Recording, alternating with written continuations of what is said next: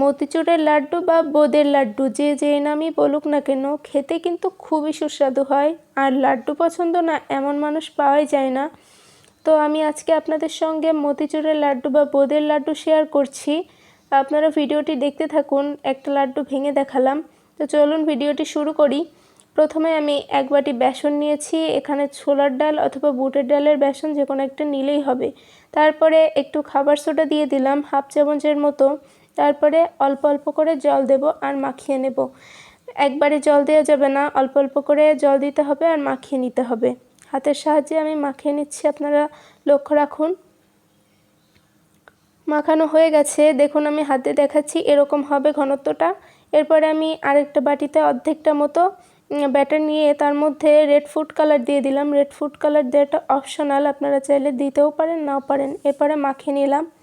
এরপরে কড়াইতে আমি তেল গরম করে নিয়েছি। আপনারা সরিষার তেল বা সাদা তেল যে কোনো একটা নিতে পারেন। আমি সরিষার তেলটা ভালোভাবে গরম করে নিয়েছি। তারপরে একটা ড্রপ দিয়ে দেখলাম গরম হয়েছে কিনা তেলটা গরম হয়ে গেছে। এরপরে আমি বোঁদেগুলো দিয়ে দিচ্ছি।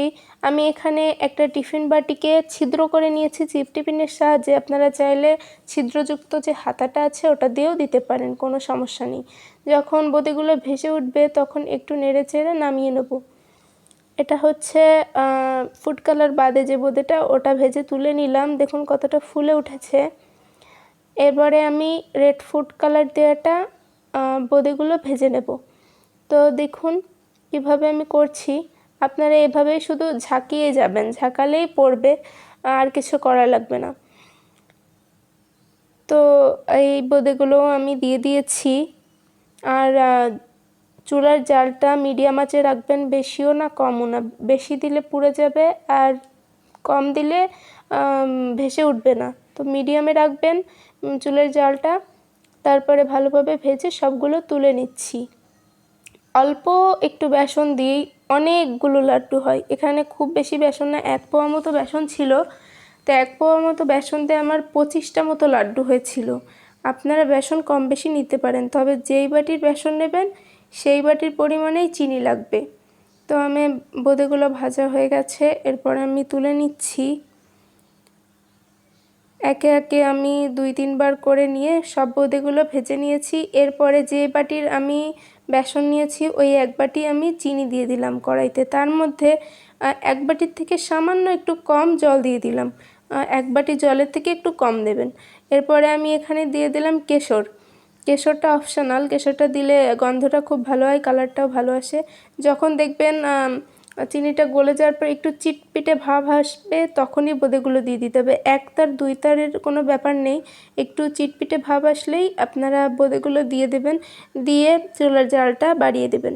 বাড়িয়ে দিয়ে এভাবে নেড়েচেড়ে রান্না করে নেবেন।